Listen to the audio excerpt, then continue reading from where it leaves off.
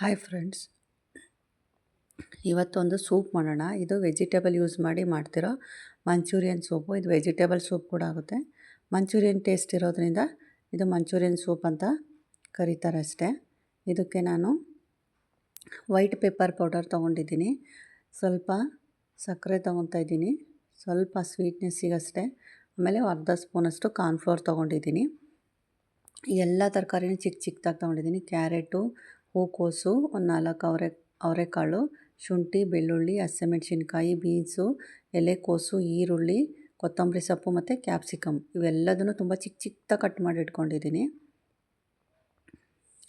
ಈಗ manchurian soup ಅಂದರೆ ಅದ್ರ ಮೇಲೆ ಒಂದು ಮೇಲ್ಗಡೆ ಕರಮ್ ಕುರುಮ್ ಅನ್ನಲಿಕ್ಕೆ ಒಂದು ನೂಡಲ್ಸಿಂದ ಹಾಕ್ತಾರೆ. ಸೊ ಅದು ಹೇಗೆ ಮಾಡೋದು ಅಂತ ನೋಡೋಣ. ಇದು ಹೋಟೆಲ್ ಸ್ಟೈಲಲ್ಲೇ ಮಾಡ್ತಾಯಿದ್ದೀನಿ ನಾನು. ಮೊದಲು ನೂಡಲ್ಸ್ನ ಬೇಯಿಸ್ಕೊಂಬಿಡ್ಬೇಕು. ಅದಕ್ಕೆ ನಾವು ನೀರೆಲ್ಲ ಬೇಯಿಸ್ಕೊಂಡಾದ್ಮೇಲೆ ಕಾರ್ನ್ಫ್ಲೋರ್ನ ಮಿಕ್ಸ್ ಮಾಡ್ತಾಯಿದ್ದೀನಿ ನಾನು. ಕಾರ್ನ್ಫ್ಲೋರ್ ಮಿಕ್ಸ್ ಮಾಡಿರುವಂಥ ನೂಡಲ್ಸ್ನ ಈ ರೀತಿ ಎಣ್ಣೆಯಲ್ಲಿ ಡೀಪ್ ಫ್ರೈ ಮಾಡಬೇಕು. ಅಂದರೆ ಅದು ಕ್ರಿಸ್ಪಿನೆಸ್ ಬರಬೇಕು, ಅಲ್ಲಿವರೆಗೂ ಇದನ್ನು ಫ್ರೈ ಮಾಡ್ಕೊಬೇಕು. ಇದನ್ನು ಸೂಪ್ ಮೇಲೆ ಹಾಕಿ ಕೊಡ್ತಾರೆ. ಇದನ್ನು ಸೂಪ್ ಮೇಲೆ ಇದು ಹಾಕ್ಕೊಂಡು ತಿಂದ್ರೇ ಸೂಪು ತುಂಬಾ ಟೇಸ್ಟಿಯಾಗಿರುತ್ತೆ. ಅದಕ್ಕೋಸ್ಕರ ಇದನ್ನು ಹೇಗೆ ಮಾಡೋದು ಅಂತ ತೋರಿಸ್ತಾಯಿದ್ದೀನಿ. ಇದು ಸೂಪ್ ಮೇಲೆ ಹಾಕ್ತಾರೆ ಇದನ್ನು ಹೋಟೆಲಲ್ಲಿ. ಸೊ ಇದು ಈ ರೀತಿ ಕ್ರಿಸ್ಪಿನೆಸ್ ಬರೋವರೆಗೂ ಮಾಡಿ ತೆಗೆದಿಟ್ಕೊಬೇಕು. ಈಗ ನಾನು ಸೂಪ್ ಮಾಡೋಕ್ಕೆ ಒಂದು ಅರ್ಧ ಸ್ಪೂನಷ್ಟು ತುಪ್ಪ ಹಾಕಿದ್ದೀನಿ, ಇಲ್ಲ ಬೆಣ್ಣೆನಾರು ಹಾಕ್ಬೋದು. ಶುಂಠಿ, ಬೆಳ್ಳುಳ್ಳಿ, ಹಸಿಮೆಣ್ಸಿಕಾಯಿನ ಫಸ್ಟ್ ಹಾಕ್ಕೊಳ್ತಾ ಇದ್ದೀನಿ. ನೆಕ್ಸ್ಟ್ ಎಲ್ಲ ತರಕಾರಿಗಳನ್ನೂ ಹಾಕ್ತಾಯಿದ್ದೀನಿ. ಬೀನ್ಸು, ಕ್ಯಾರೆಟು, ಹೂಕೋಸು, ಅವರೆಕಾಳು ಮತ್ತು ಎಲೆಕೋಸು, ಕ್ಯಾಪ್ಸಿಕಮ್ಮು ಎಲ್ಲದನ್ನು ತುಂಬ ಅಂದರೆ ತುಂಬ ಚಿಕ್ಕದಾಗಿ ಕಟ್ ಮಾಡ್ಕೊಬೇಕು. ಇಲ್ಲಾಂದರೆ ಅದು ಸೂಪ್ ಜೊತೆ ತಿನ್ನಲಿಕ್ಕೆ ಆಗೋದಿಲ್ಲ. ಎಷ್ಟು ಸಾಧ್ಯನೋ ಅಷ್ಟು ಚಿಕ್ಕದಾಗಿ ಕಟ್ ಮಾಡ್ಕೊಬೇಕು. ಮತ್ತು ಅದಕ್ಕೆ ಎಷ್ಟು ಬೇಕೋ ಅಷ್ಟು ಸಾಲ್ಟ್ ಹಾಕಿ ಫಸ್ಟು ಅದನ್ನು ಈ ರೀತಿ ನೀಟಾಗಿ ಸ್ವಲ್ಪ ಅದು ಕಲರ್ ಚೇಂಜ್ ಆಗೋವರೆಗೂ ಫ್ರೈ ಮಾಡಬೇಕು. ಆಮೇಲೆ ನೀರು ಹಾಕಬೇಕು. ನಾನೊಂದು ಸ್ವಲ್ಪ 2 ದೊಡ್ಡ ಬೌಲಲ್ಲಿ ಆಗೋವಷ್ಟು ನೀರನ್ನ ಹಾಕಿದ್ದೀನಿ. ಇದಕ್ಕೆ ಕಾರ್ನ್ಫ್ಲೋರ್ ತೊಗೊಂಡಿರ್ತೀವಲ್ಲ, ಅದಕ್ಕೆ ಸ್ವಲ್ಪ ನೀರು ಹಾಕಿ ಕಲಸಿ ಎತ್ತಿಟ್ಕೊಬೇಕು. ಈಗ ನಾನು ವೈಟ್ ಪೆಪ್ಪರ್ ಪೌಡರ್ನ ಹಾಕಿದ್ದೀನಿ. ಮತ್ತು ಇದಕ್ಕೆ ಎಷ್ಟು ಬೇಕೋ ಅಷ್ಟು ಸಾಲ್ಟನ್ನ ಹಾಕಿ ಅದು ವೆಜಿಟೇಬಲ್ಸ್ ಏನಿದೆ ಬೇಯಕ್ಕೆ ಬಿಡಬೇಕು.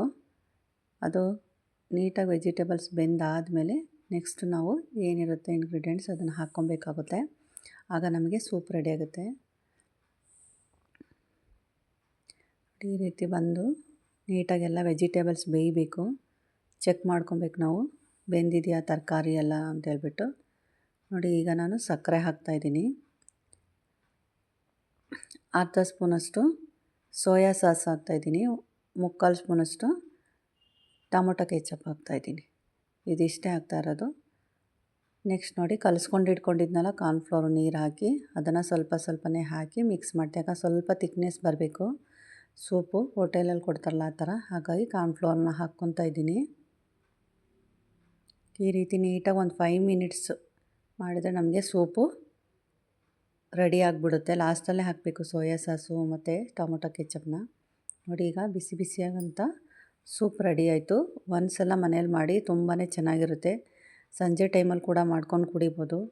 ಮಳೆಗಾಲದಲ್ಲಿ ಸ್ವಲ್ಪ ಚಳಿ ಆಗುವಾಗಲೂ ಇದನ್ನು ಮಾಡಿಕೊಂಡು ಕುಡಿದ್ರೆ ತುಂಬ ಟೇಸ್ಟಿಯಾಗುತ್ತೆ. ಇದು ಕುಡಿತಾ ಇದ್ದರೆ ಗೋಬಿ ಮಂಚೂರಿ ತಿಂದಷ್ಟೇ ಟೇಸ್ಟ್ ಬರ್ತಾ ಇರುತ್ತೆ ನಮ್ಮ ಬಾಯಿಗೆ.